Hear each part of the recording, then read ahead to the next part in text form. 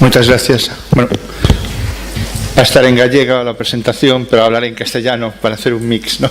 Y que todos nos entendamos más o menos. Bueno, pues trataré de hablar un poco sobre afloramiento y recursos pesqueros y marisqueros en Galicia.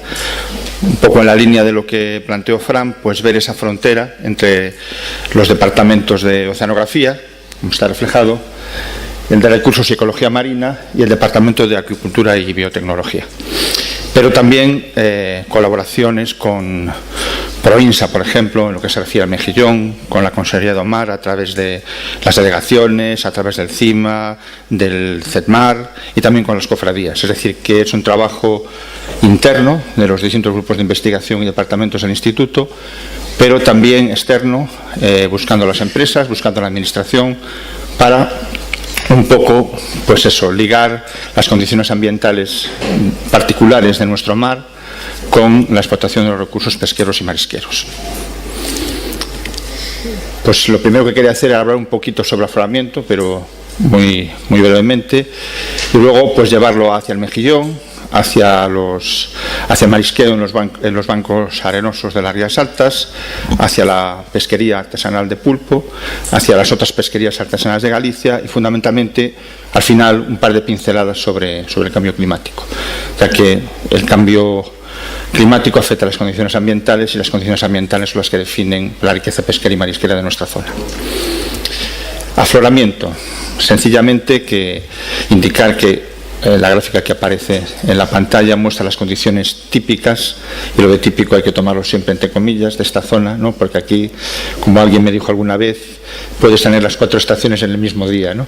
Entonces, decir que esta es la situación típica de verano, primavera-verano, pues tomémoslo con humor.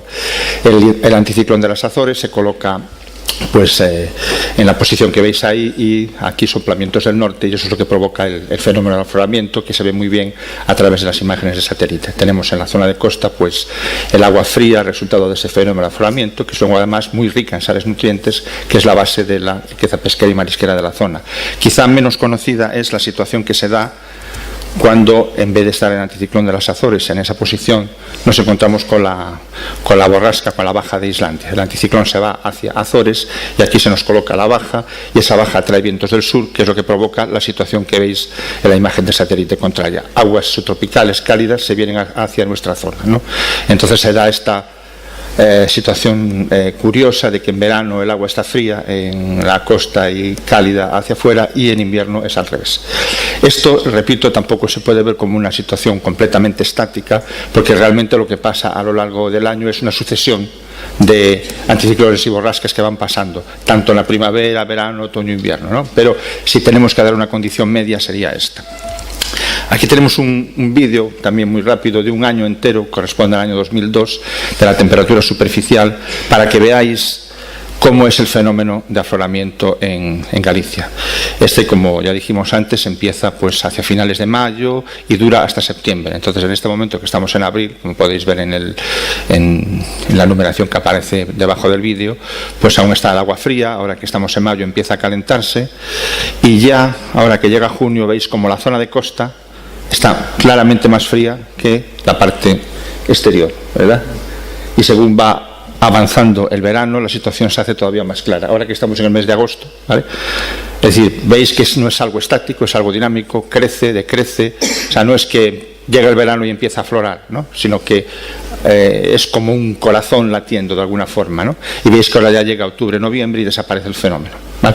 Sencillamente, bueno, esos son datos reales, no es un modelo, son datos de satélite, una secuencia de imágenes a las que se le han quitado las nubes porque nunca está tan clarito, ¿no?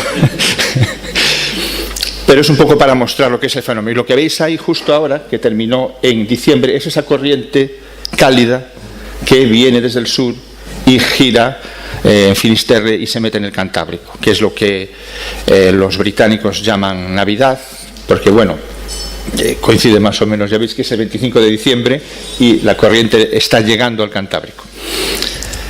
El impacto que esto tiene en la circulación de las rías lo podemos resumir más o menos en el esquema que tenemos aquí, en condición de afloramiento.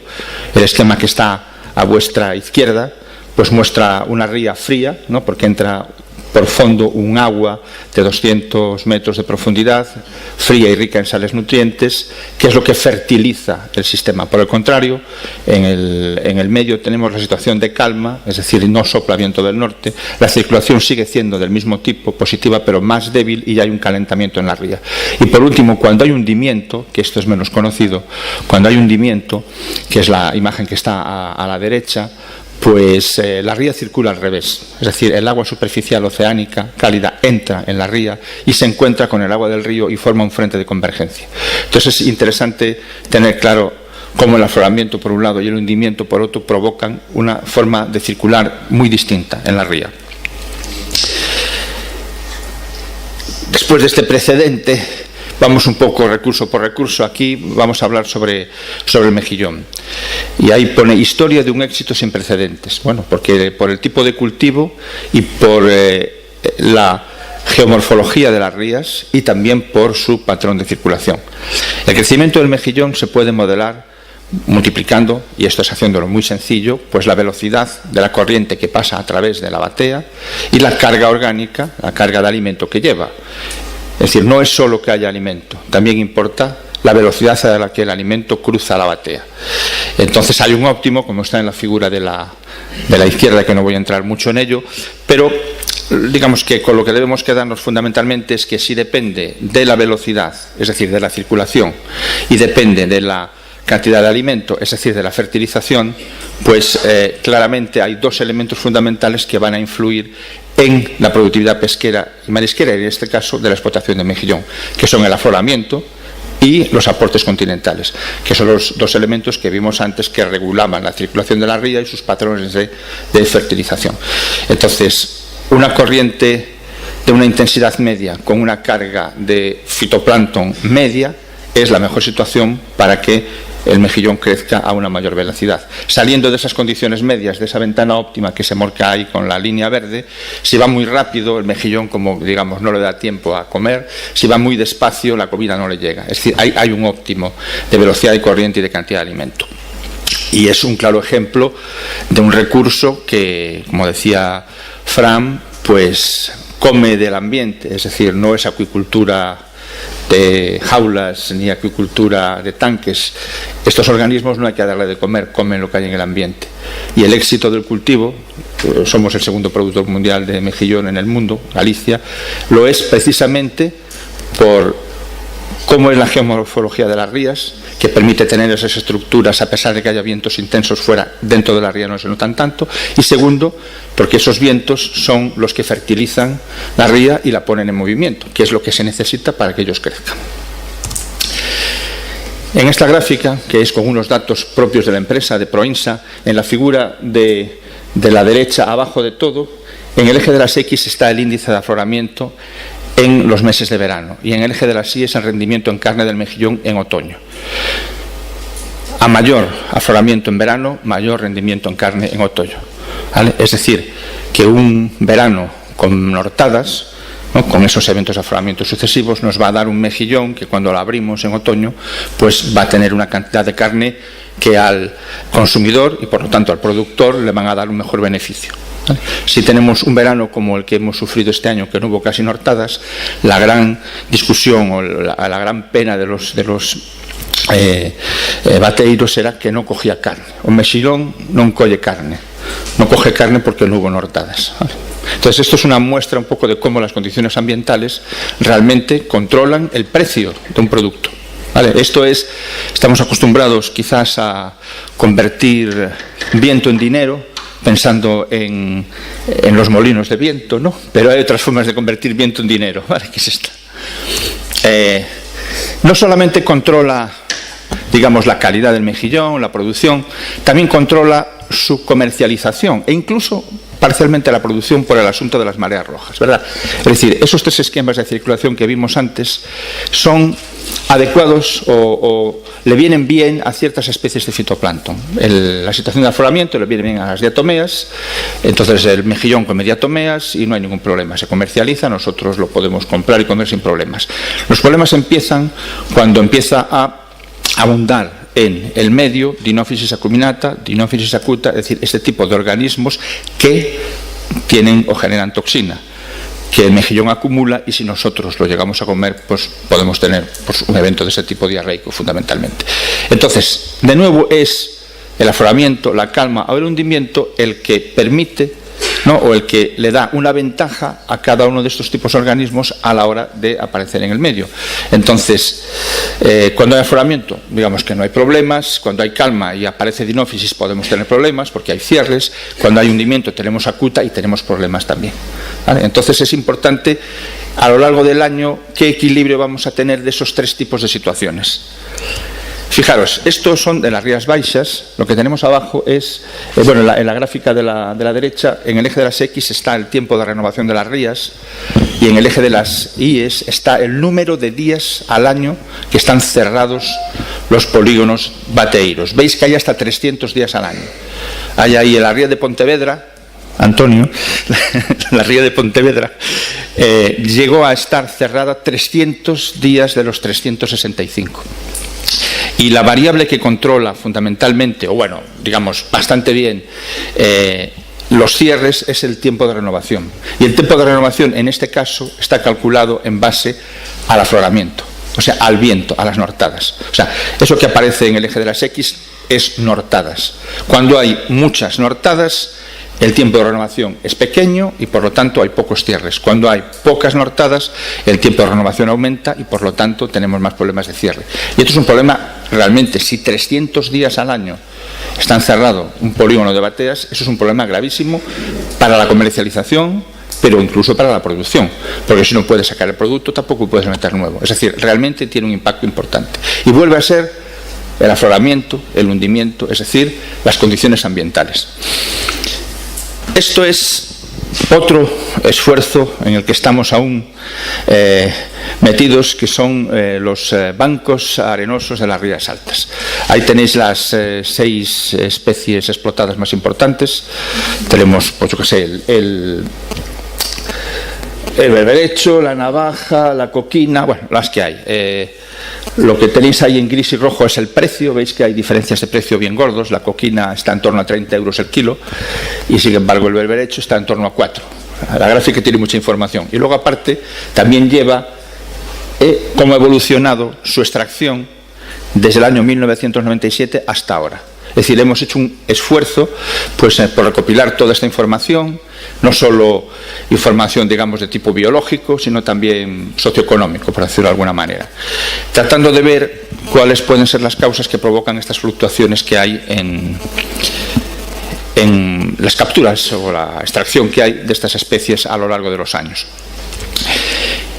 Nos hemos centrado al final en estas 3, que son las más abundantes, que son la coquina, el berberecho y la almeja fina, y al final volvimos a ver, esto que hay aquí es una tabla que intenta buscar correlaciones con QR es el río, QI es el afloramiento. Es decir, ahí tenéis el dibujito del río y del afloramiento. Y sin meternos en mucho detalle en el asunto, la almeja fina y la cadelucha parecen bastante controladas por los aportes continentales, mientras que el berberecho parece más controlado por el afloramiento. Es decir, que incluso dentro del mismo conjunto de rías, unas especies, digamos, dependen más, la extracción de unas especies depende más de un tipo de condición, el viento, y en otras depende más de otro, como pueden ser los aportes continentales. En todo caso, nos permite, ¿cómo voy? Bien, sí. Nos permite, cuando queréis me cortáis,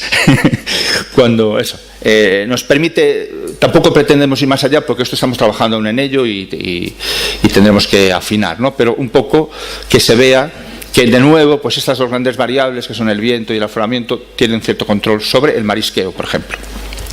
Y ya yendo a más detalle, por ejemplo, incluso aquí pues tenemos de un banco muy concreto, que es el de Lombo das Navallas en Barqueiro, ¿verdad?, donde se ve que la captura por unidad de esfuerzo se puede modelar con el viento y con los aportes continentales, ¿vale? Es decir, que parece que esas 2 variables nos ayudan a entender la captura por unidad de esfuerzo que hay sobre esas especies.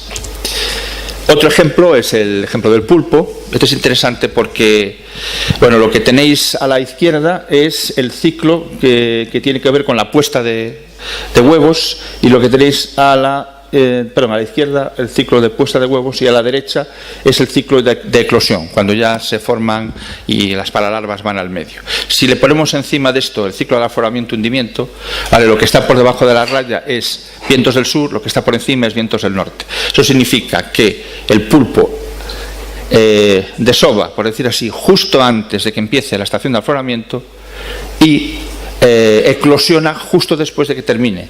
Es decir, cuando ya no son dominantes los vientos del norte, sino que domina la calma o los vientos del sur, que es una forma de evitar que se disperse, ¿verdad?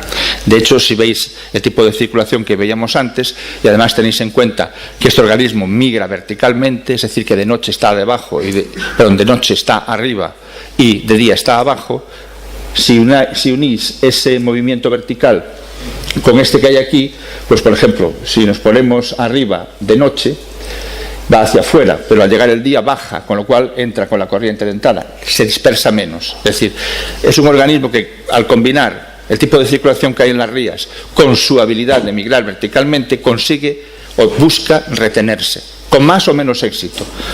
No siempre tiene éxito reteniéndose, pero su estrategia es retenerse dentro del sistema, hasta donde le es posible. Y eso pues también nos lleva a incluso poder tratar de modelar las capturas por unidad de esfuerzo. Eso ya son los adultos, ¿verdad?, de pulpo, y si veis la gráfica de arriba a la derecha, pues es los días con afloramiento alto, y en el eje de las IES pues son las capturas por unidad de esfuerzo. Es decir, si durante el verano hay afloramiento alto, el pulpo crece más rápido y vamos a tener capturas mayores. Por el contrario, en la gráfica de la izquierda, si no son muy intensos los eventos de hundimiento en invierno, también se concentra más. Es decir, que buscar retenerse en invierno y crecer en verano. Eso es un poco lo que nos quiere marcar esta gráfica. En definitiva, las condiciones ambientales tienen un efecto determinante sobre la captura por unidad de esfuerzo del pulpo. Ya estamos casi terminando. También en el instituto, fundamentalmente en el grupo de pesca, pues han estado trabajando con las pesquerías artesanales de Galicia. Ahí tenéis pues separados por colores, ¿no? Al norte, bueno, un poquito al norte de Finisterre son los colores azules, los colores más ocres son al sur de Finisterre, digamos Rías Altas, Rías Baixas, si queréis decir de alguna forma. Y lo que marca la figura que tenéis a la izquierda, que solamente es para que veáis que los datos son reales, que existen, es pues cómo ha ido evolucionando el tamaño medio de esas especies, el tamaño medio de captura de esas especies, ¿vale? Cómo son de grandes, ¿no?, las especies que se capturan. Haciendo un análisis de este conjunto de datos, lo que resulta es esto. No sé si se ve muy bien. A la izquierda, en las Rías Altas se está aumentando el tamaño medio de las especies que se capturan, y son las mismas, ¿verdad? Y por el contrario, las Rías Baixas primero subió, pero ahora está bajando, ¿vale? Aún no, digamos, esto tendremos, o la idea es relacionarlo nuevamente con las condiciones ambientales. No es igual Rías Altas que Baixas, el agua que aflora al norte y al sur no es la misma, la geomorfología no es la misma, el viento en una costa es norte-sur, en otra es más este-oeste, es decir, hay diferencias en masas de agua, en geomorfología, en tipos de fondos, en temperatura, etcétera, que probablemente sean capaces de explicarnos esto, pero nuevamente es una cosa que está aún en preparación. Pero sí que me gustaba mostrarlo para que veáis que realmente pues se está haciendo un esfuerzo desde el instituto en intentar ligar las condiciones ambientales con la explotación pesquera y marisquera de la zona. Y para terminar, y esto solamente es para que nos quede en la cabeza, esto es cómo ha evolucionado la temperatura del agua fuera. La gráfica de arriba de todo es la temperatura del agua desde el año 1900, temperatura superficial del agua frente a Rías Baixas de 1900 a 2018. La gráfica del medio es la altura media de nivel del mar desde 1945 hasta 2015. Y la de abajo de todo es la intensidad de afloramiento desde 1965 hasta 2015 también, ¿vale? Es decir, hay tendencias a largo término muy claras. Si hemos dicho que el viento, el afloramiento, la temperatura están controlando a esas especies, obviamente esto tiene que tener un impacto, o ha tenido un impacto sobre ellas, y lo tendrá. Esto es más o menos como se piensa que será el ciclo de temperatura en 2050. El negro es el actual, 2050 es el rojo, en temperatura, en aportes continentales, en viento. ¿Vale? Solo para la reflexión. Y nada más, no voy a hacer el resumen de conclusiones, porque bueno, es más o menos lo que os he ido contando hasta ahora. Aún voy. ¿Me da tiempo de hacer las conclusiones o no? Bueno, están ahí, ya está. No la... Muy bien.